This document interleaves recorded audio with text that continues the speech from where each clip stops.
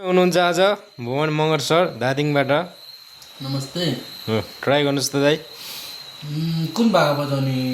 रेशम फेरि बजाउने कि लोक ट्यापहरू? रेशम फेरि चाहिँ धेरै ओल्ड सङ हो। रेशम फेरिमा ट्राई गर्नुहोस् त। खासै त्यस्तो आउँदैन, तबै म ट्राई गर्छु। रेशम फेरि म त खास त्यस्तो एकदम ट्यालेन्ट पनि होइन, बेसिक भनौँ न, त्योभन्दा अझै कमै छु। कोसिस हो, सुनिदिनु न है सबैजना।